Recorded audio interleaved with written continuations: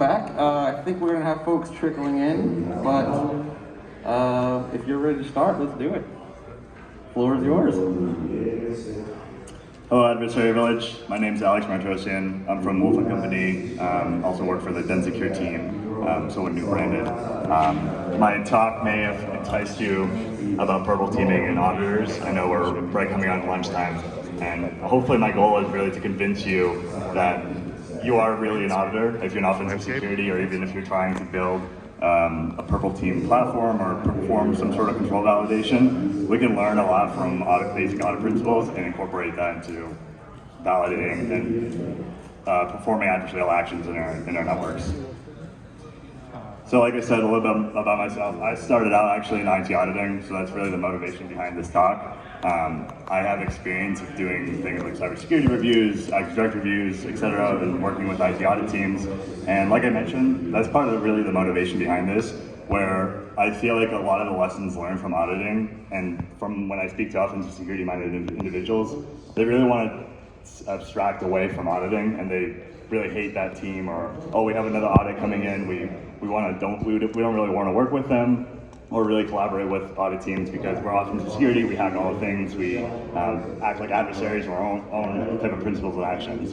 But really, I think, at least from an audit measuring, like for auditing in general, there's a lot of those basic principles I'll try to incorporate for this talk and motivate why some of those lessons we can incorporate with auditors and offensive security to build into our organizations.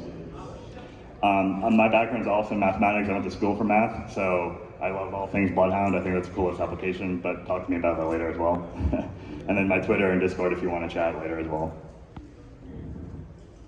So an agenda, I'm going to first talk about what I would refer to as a MITRE ATT&CK problem. Mainly, that's a little bit dramatic, but what I'm really referring to is in our industry, MITRE ATT&CK has been kind of spread around everywhere. It's in our defensive controls. A lot of attackers are now trying to map their TTPs that we talk about. But in reality, I think maybe only the top 5% of security companies or even firms like really the leaders of industry spaces like the Amazon, Googles, etc., really even know how to actually use attack in a meaningful way. I work with a lot of companies that for the first time, if I introduce or talk about MITRE, it's the first time that the CISO, ISO, or even security team even heard of it. I think it's a real problem because there's a lot of ways they can make attack actionable and really useful into your own environment, but you have to be really careful when you do that. There's a lot of traps that I'll talk about because as much as I want to influence auditing and how we can use that as a measure, there are some significant traps and bad ways that we can use the attack framework as well. Leveraging audit principles, I'll get into a little bit about that. Validations through atomic testing. That's one thing in terms of what I really refer to for the audit principle when we are looking to emulate adversarial actions. You may have heard of that as unit testing, control validation. That's a really big one for me just because as a pen tester, one of the biggest problems that we see, and in terms of where the industry, in my opinion, has been shifting, in the past 10 years or so, pen testing evolved from doing a basic scan, looking for vulnerabilities, exploiting with a POC or anything like that, POCs, and then trying to get access. More and more, we're starting to see pen tests or even offensive engagements try to emulate more and more adversaries and be more realistic in a sense, or create a level of emulation that is actually based on some sort of realistic scenario. And that's really valuable. I think that's where the industry is going to start shifting. So we'll start looking at how we can actually do that internally as well. And then finally, I'll go into some tools. A lot of my talk, to be honest, takes a lot of inspiration from the Prelude team, MITRE Ingenuity. So a lot of individuals, if you haven't spoken to them already, I highly recommend Caldera is over there doing simulations. So without the community resources available, this talk wouldn't be even possible. So I highly recommend at least talking to them. And I hope that at least my experience from IT auditing and as a pen tester can offer a different perspective as well. So I have the obligatory pyramid slide as well. With the reference for purple teaming, I feel like everyone has a slide. I've included Chris Peacock. He was here yesterday talking about his new pyramid as well. I guess the real point that I just want to talk about is TTPs. That's been so misunderstood, I think, and everyone just talks about TTPs. Jake Williams was here yesterday talking about that problem as well. But I just want everyone to start thinking about what you actually would define as a TTP right now. My biggest takeaway, at least when we're talking about the auditing principles or how we can incorporate that internally, we're really looking at procedure data, and that's really the pyramid on the right. That's really what's actionable and what we can actually use to measure our control environment. And really the purpose of this is from an audit principle, we're looking to measure control assumptions by validating what's actually out there. So if you want to take a step back, a mile view, we are probably one of the only industries where we're offering these technical solutions, defensive controls, et cetera, and we kind of just wave our hands and say good luck, right? So we have EDRs out there that a lot of companies are just relying on these defaults and aren't even aware that you have to tune that continuously or have this entire process. So that's a huge problem. Second, as a pen tester, I commonly see this. When we do a pen test, we do the most noisiest types of attacks because we have a completely different objective, and none of our attacks get detected, right? There's maybe a managed service provider, there's an EDR that they have, and they aren't reviewing or detecting anything. Most commonly, unfortunately, I still commonly see Windows endpoints that are not even fed to the SIM, or they're not even being logged. They're only looking at DCs or anything like that. And more on that a little bit later, but at least from this pyramid, when we're talking about procedures, that's really king, and I feel like everyone probably already seen this pyramid at some point. The procedure data is really what we're looking at when we're talking about atomic testing or when we're doing these adversary emulations. When we talk about the pyramids, there's one logistical problem. I don't know why, but when we're talking to businesses or trying to motivate attack, there's a huge pyramid scheme problem where it starts to look like almost like a pyramid. I don't know why we keep on making these pyramids for attack. Maybe someone can think of something better. But especially if you speak to business leaders, it could be almost like a pyramid scheme. So what do I really mean by the MITRE ATT&CK problem? Like I mentioned, a lot of businesses don't really even know what MITRE ATT&CK is, and it's almost like we just slapped on another framework or classification scheme, because that's really how I view ATT&CK. It's a really powerful classification scheme or a framework that we can use to leverage to understand adversarial actions. But the biggest problem is businesses have so many other frameworks out there, so maybe some of you have already seen this XKCD post about we have these standards out there and we just made a new one because we need another one. I was just at a talk at the AppSec Village where there's a huge problem where malicious dependencies, for example, in software, in the supply chain, if you install like things from PyPy or if you install other things, they have a framework for SALSA for understanding application supply chain vulnerabilities. And then one of the talks was talking about it, we need another classification scheme to understand CVEs or CVSS that doesn't really classify as a vulnerability, but it's a huge abuse. We have a tendency to continuously kind of just make these new frameworks and standards and kind of wave our hands and hope that the businesses can use them in a meaningful way. One of my favorite things is, since my background is doing kind of these cybersecurity audits originally, NIST 853 is that gold standard that you kind of hear about. You'll see my favorite thing is like the exhibit meme where you see like, I made this framework, so I put this framework in another framework and map it back to each other. That's kind of like how I think about it. It really just all boils down to, if you have a framework, it probably points back to NIST 853. There's a MITRE ATT&CK mapping, for example, that points back to NIST 853. And the biggest question and takeaway that I want to focus on is businesses management, they need to be able to keep up with that.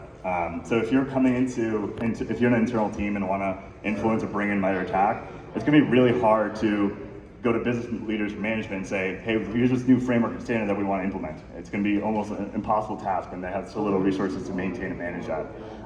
But at least for how you could approach it is maybe map that or use a common language that they already know about. And that's kind of where I want to bridge into the audit principles. If you have an audit team or have other business units that are already performing this type of work, SOX testing, not really the most fun, looking at user lists, etc. But there's a lot of lessons and you can start to incorporate what they're doing. And if you speak their language, you can kind of influence and impact how you can actually use ATT&CK.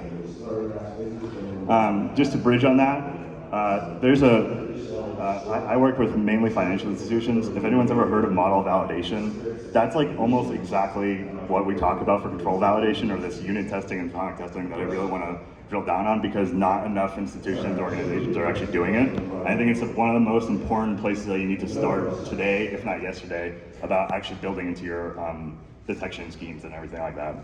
So I know everyone loves an auditor, but really for model validation, what it's aiming to do is assessing system inputs and then understanding the system output. And in some degrees, that's essentially what we do with EDRs and SIMs, right? So the attack evals, which I'll get to a little bit later, if you're not familiar, go find someone from MITRE Ingenuity or look up that resource to show you. I don't know how they were able to do it, but they essentially have so many of the EDR vendors or any cybersecurity vendors work together and do these attack evaluations where they essentially do these atomic style testing where they're emulating adversarial actions and assessing what the actual system inputs were of, hey, here's an action of performing a command on the command line, and what's the actual output as well.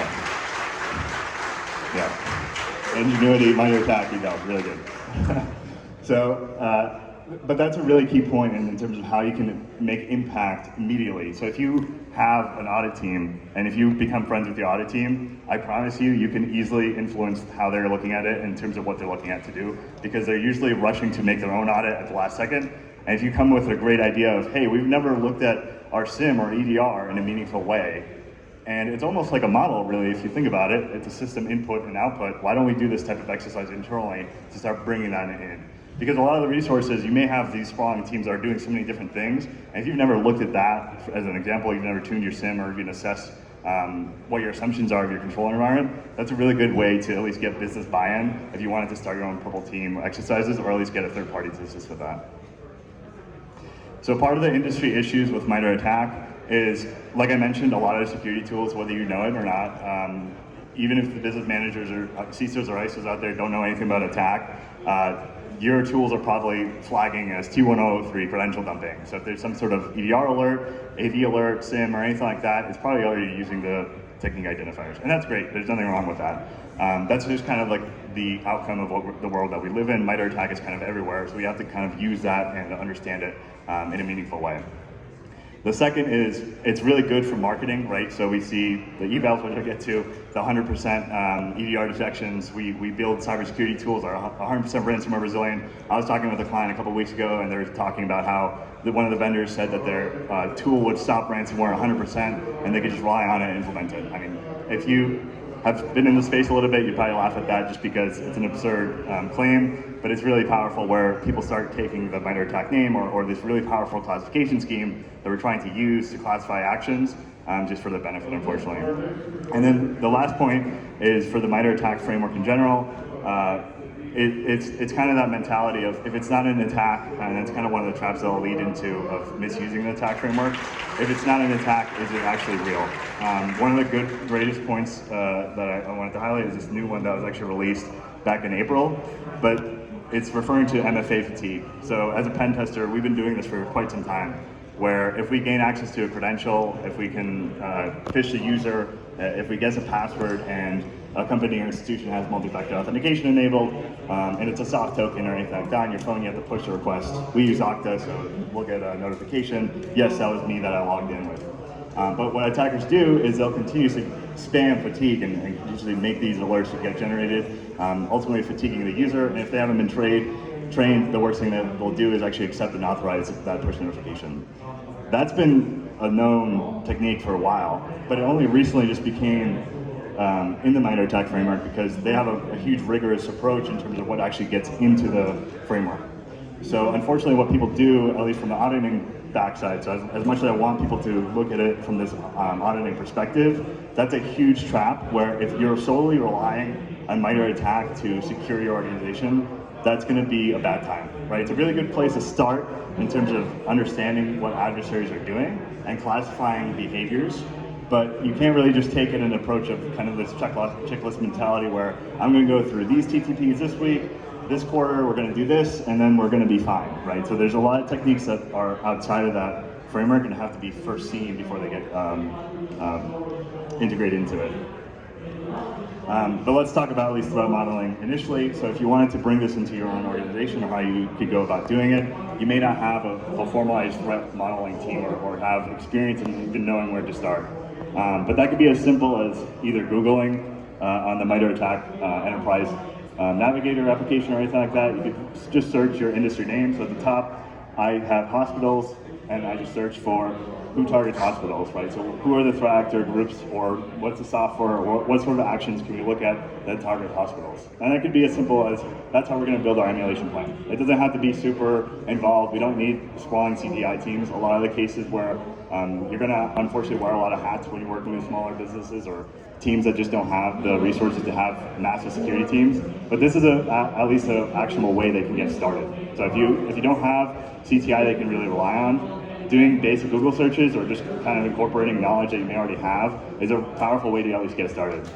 I know there's another talk yesterday about control validation. There's a really great GitHub tool that essentially can help you assist with where do you start understanding adversarial actions and how you can start incorporating them internally.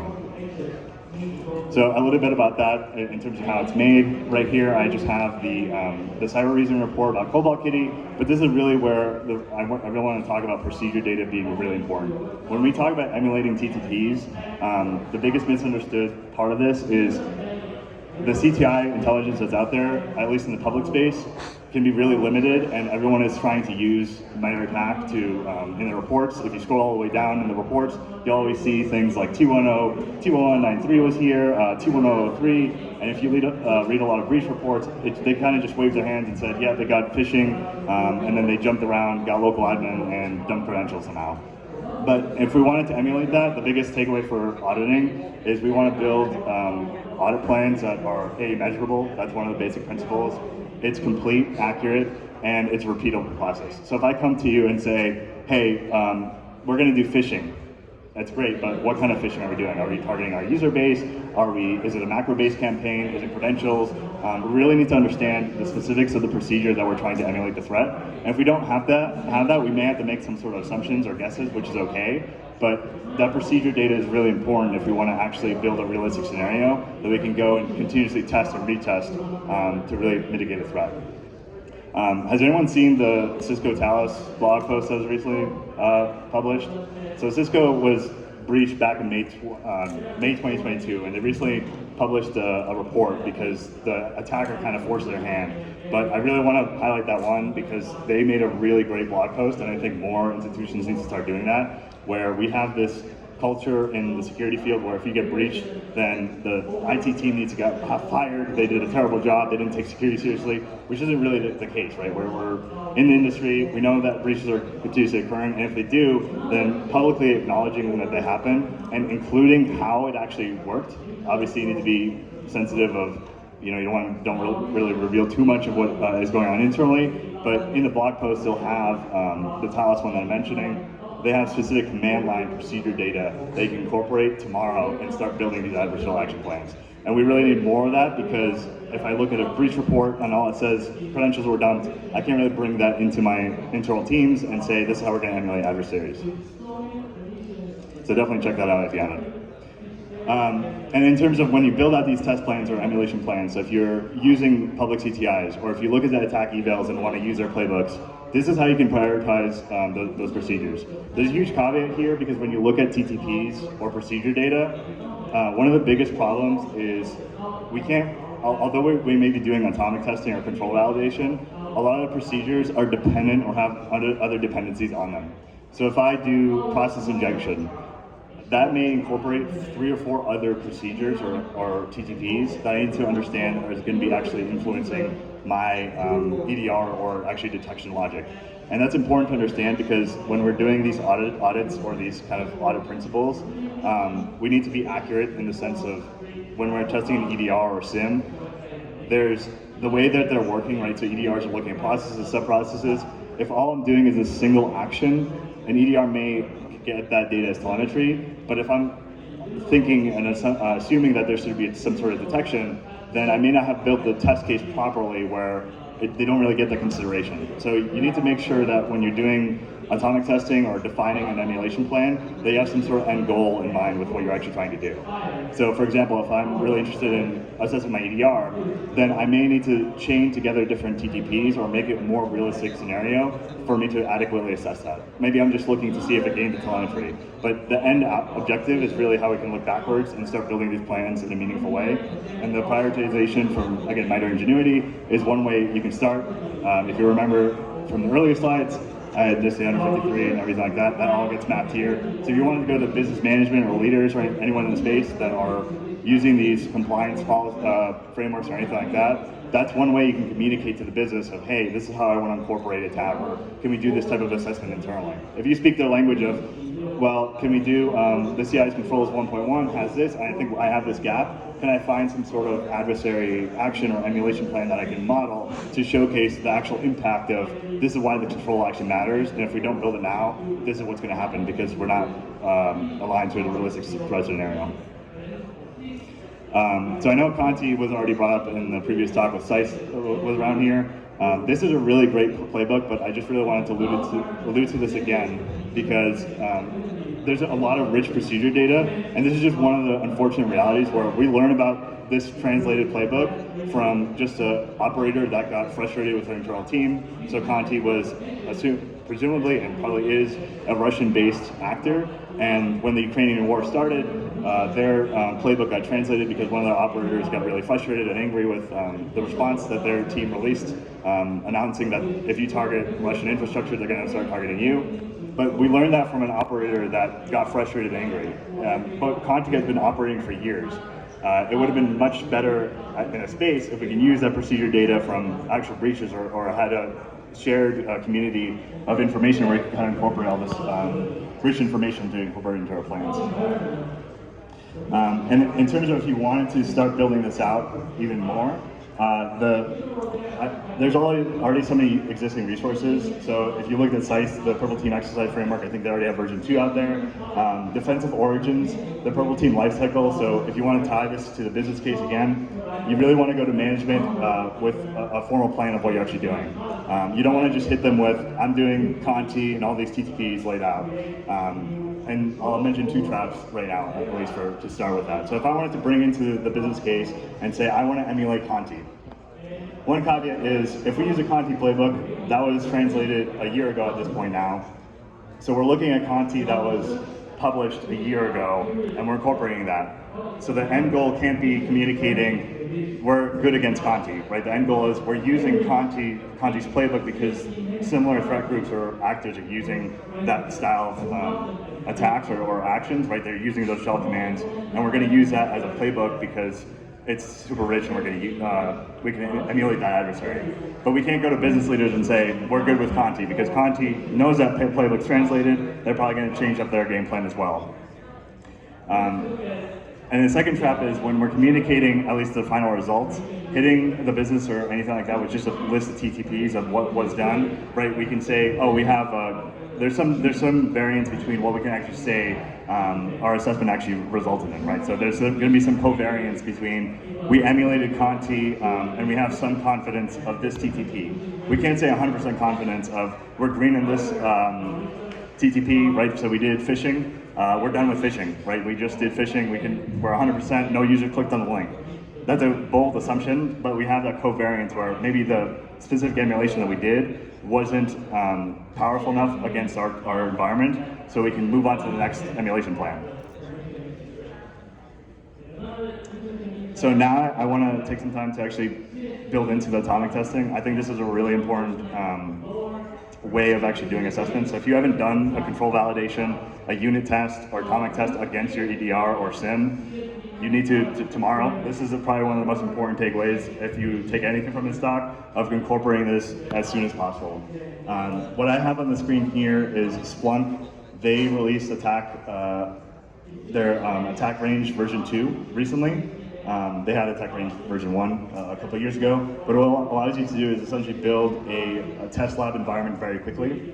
I'm a fan of chaos, like the chaos engineering principle, where you're kind of testing production systems on demand, but you want to make sure you at least understand what the outcome is going to be doing. So if you're incorporating these types of assessments or tests, they're actually performing adversarial actions. So we're actually influencing or making configuration changes in some cases of these tests.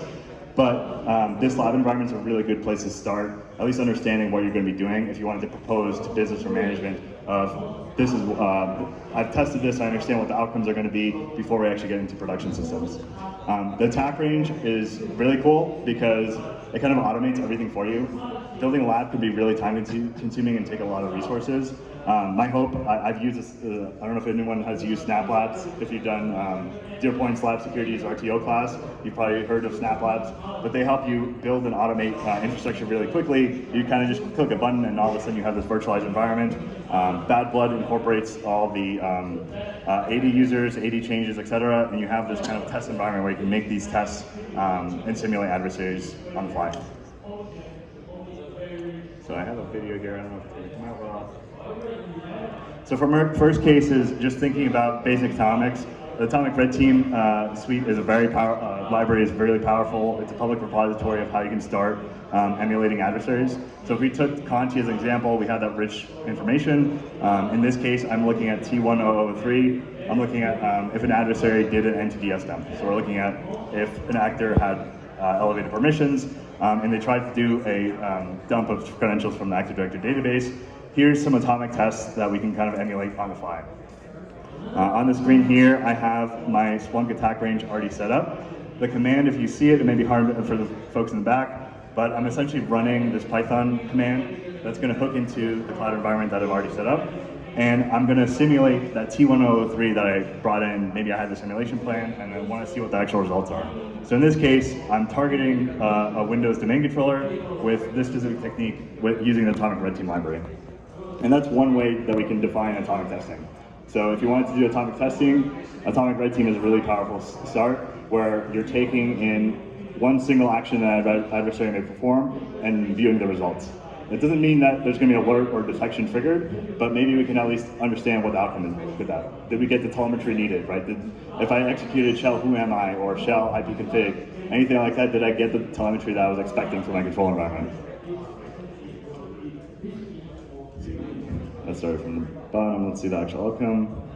So you can see once I actually run the script, it'll go through and kind of run everything for me. Again, this is a lab simulated environment, but you could run the Atomic Red Team yourself using PowerShell as an executor in your own environments. I just think this is a really powerful way to at least get started. Pretty low cost entry, you're essentially just running a simple command, copy and pasting, and seeing what the actual outcomes are. The great thing about the attack range, it comes with Splunk kind of already set up and pre-configured. So all we really need to do is make sure that we, from an audit perspective, is make sure that the test case actually worked. So we get validation that our test case that we're using, in this case, dumping credentials, was validated and worked. So that's our test case right here. We can then go to our Splunk dashboard, or in this case, when we're looking at EDRs, again, going for that objective focus-based approach of figuring out what our actual outcomes we're looking at to examine. And the attack range is really useful because it tells you what the actual simulations we ran. And again, we ran the T1003 test case. It shows the techniques that were ran from the Atomic Red Team suite. Here's atomic test from the Python command. Oh yeah, for the slides, I'll make sure to post this so you can actually see the videos as well. My GitHub page or the Discord channel should have that. So this is kind of hard to see, don't worry about it. The slides and this YouTube content is already publicly available. But I just wanted to showcase that this is one way they can easily, if you have zero understanding of where to start as an operator for how to build these purple team exercises or where to even begin with atomic testing, one really powerful way where you can kind of build up your own lab, make a business case to management and say this is why we're going to be doing this type of assessment, bring in audit teams, bring in other business units and collaborate with them for success. The one thing that I want to mention now is for EDRs, like I mentioned, you need to make an accurate and realistic scenario. I know the Prelude team was out here before. Highly support their endeavors. They have a community-ran software, the Prelude Operator. It's community edition. It's free to download as well. And it kind of takes what the Atomic Red Team out there does as well and takes a different spin on it, but a very similar approach where we can, instead of looking at single adversarial actions, we can make a more realistic and accurate scenario depending on what we're actually looking to do. So maybe we start with atomic and unit testing for the control validation piece, looking to understand how our systems and environment gets the telemetry needed.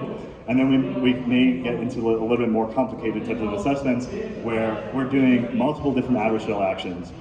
We're looking at what actual C2 traffic would look like in our network and really trying to test an EDR from a perspective is these atomics in a chain of linked different TTPs, meaning if I discover groups, if I discover the domain controller, if I put in who am I, will the EDR start looking at that process and sub-process that gets started and spawn and trigger an actual alert. So that's where you can kind of make a more realistic scenario. But starting simple is really important because If I just said, let's emulate Conti, we could do discovery, and that does a lot of different TTPs, but we need to really start simple to understand what the actual outcomes is, because it can be really enticing to just bring in all these TTPs and do all the things essentially and hack everything. So here's an example using Prelude Operator. Again, with attack range, Prelude Operator comes pre-installed. At the very top, you'll see I have a redirector that's in purple. It says I'm connected to that redirector. So essentially, it's kind of trying to emulate that C2 style testing. Scythe is a really good, another platform. If you have heard of those folks, hopefully, Prelude Operator is just more of a free version where my hope is from this takeaway that you can kind of incorporate these tests very quickly and on demand. So Prelude Operator, you can search for different techniques. In this case, I simply just search for Conti. That's the track that I wanted to emulate. And I get a list of all the TTPs here. I can make a plan, I can remove things, etc. I don't want to take anything away from them. I really just highly encourage looking at that platform and playing around with it. And they'll probably do a much better job with their talks of actually introducing it. This is just one other way they can start emulating adversaries for cheap. Again, same thing from the audit principles. We get a green button. Here's the actual test case I ran on my DC. I get the outcomes, everything kind of neatly formatted. Enumerating administrators, for example, here's the outcome. They completed successfully. So from an audit perspective, I measure something completely and accurately, and I get some outcome that was desired. So on the DC, these adversarial actions were performed. I have timestamps, and I can go back to my EDR or SIM and really assess, was my assumptions of my control environment in line with these adversarial actions? I'm just going to skip ahead a little bit. I just want to check on time. Yeah, we're doing actually pretty well.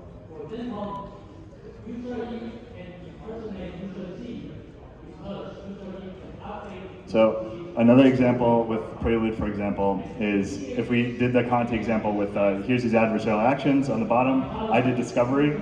You could just easily start searching for different actions that you wanted to start incorporating and emulate. In this case, I just searched for ransomware. I can look at the TTP names. I can look at the identifiers and see what the actual command will actually be executing in my environment. And that's one easy test case that I can start incorporating and bring into my environment tomorrow, right? So your EDR, your default configurations are probably not going to be able to assess what the living off the land style attacks or really get a sense of what's actually occurring in the background. So here, for this demo, I just did the ransomware example. So if you wanted to do something like that, that's a pretty easy place to start from a CTI perspective. Ransomware actors, they target everyone. I could use that as another business case to management or bring into my environment. Not to scare leaders of saying, ransomware is out there. One pretty important trap that I'll mention as well, if you wanted to talk to business leaders, we have, in the adversarial mindset, we always tell everyone in security that we need to do assume breach testing, because it's not a matter of when, it's if. And I'm taking this from Alyssa Miller, she's a CISO now, but she mentioned that that's a huge failing in communicating why we do this to actual leaders. Because if you bring in someone who's not in security and tell them, hey, we need to do this type of assessment because we're going to get breached. It's not a matter of if, it's when. And your job is to do security, to build out these test cases and assess your controls and bring value in saying we're defending ourselves in a rigorous way. And you tell them we're going to get breached anyways. They're not really going to get buy-in from why on earth should we be paying you more? Why should we be performing these type of assessments? So that's a huge trap of when you bring this type of content to executive leadership, saying assume breach is fine, right? So we are doing an assume breach exercise, but the goal and outcome is not necessarily to say we're going to get breached. It's because we want to assess the adequacy and efficacy of our control environment. And that's audit principles. Your business knows about auditors most likely, and they have an audit team that performs these test cases. They review user lists. They do all these types of annoying things if you get request lists from auditors and pinging you. That's one way they can perform this type of exercise in a similar manner and use those business units together to kind of incorporate everything all at once. Let's see.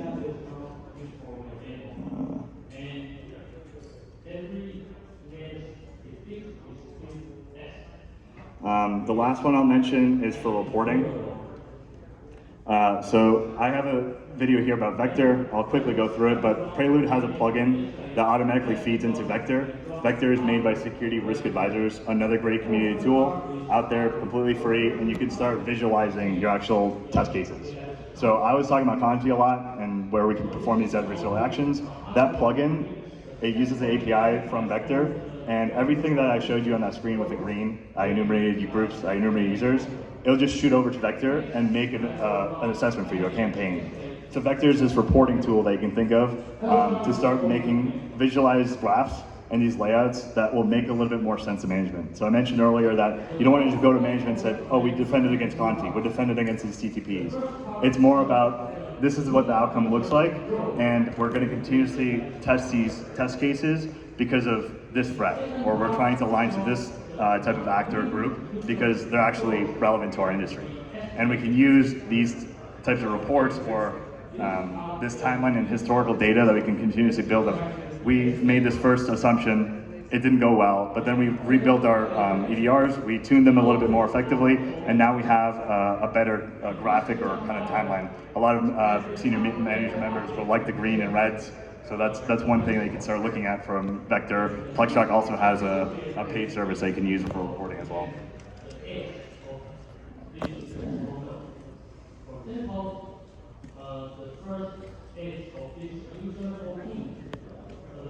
So finally, this is what it could look like internally for if you wanted to do this type of atomic testing or more mature portal teaming type of adversarial emulations.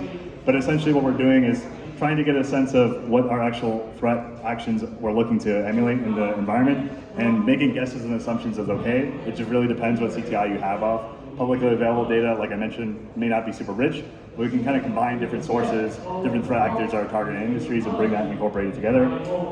The test cases that we have, we need to start making this as an auditing exercise, and not necessarily a checklist like I mentioned to attack, but this is just a different test, and it's really looking to look at different outcomes.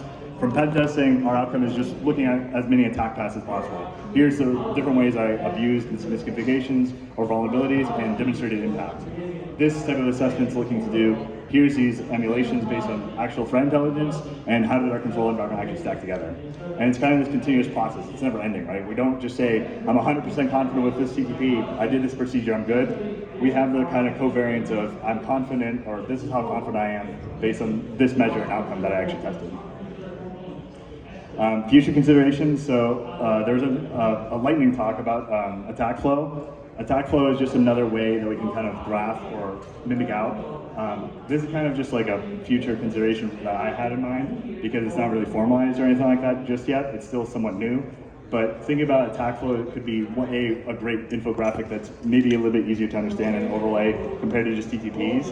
But if we don't have that actual intelligence or data we can really drive on, we can maybe use attack flow to make those guesses or assumptions as a test case to demonstrate some sort of confidence. So like we can kind of tell a story with our emulation plan using this attack flow and bringing it in. For the pen testers or kind of anyone out there, the question that I would leave off with you is, should we be starting to map type of our data or attack flows to this? How should we be communicating, or what lessons can we actually learn when we want to incorporate attack in an actual and meaningful way?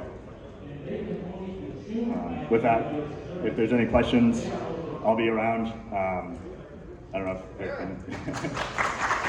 Let's give him a loud round of applause. That was amazing.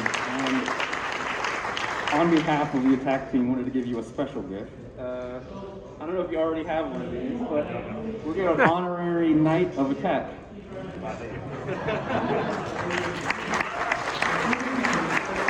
So we're going to dive into, we had a little bit of time allocated to open mic. We have Oleg coming at 12:30 for a pretty amazing demo. If you're interested in offensive virtualization, it will be really interesting. But we definitely have a couple minutes for questions if people have anything for Alex. Way in the back. What's that? A Yep. business card. Oh, you can come talk with us. We're hiring too, so if you're... Yeah. So, if there's no questions, I guess thanks again. Are you willing to hang around the back if people want to? Yeah. So Alex will be in the back of the room. Oh, is that a question? Slides? Yeah. I'll post the slides on my GitHub, and I'll also post on the Discord for Adversary Village if you're there. Did you want to plug your GitHub real quick? Yeah, my GitHub is just Almar. Oh, okay. He'll drop it in the Discord for everyone. Thanks again. He'll be in the back of the room, but we did have a couple minutes until 12:30. Feel free to come set up.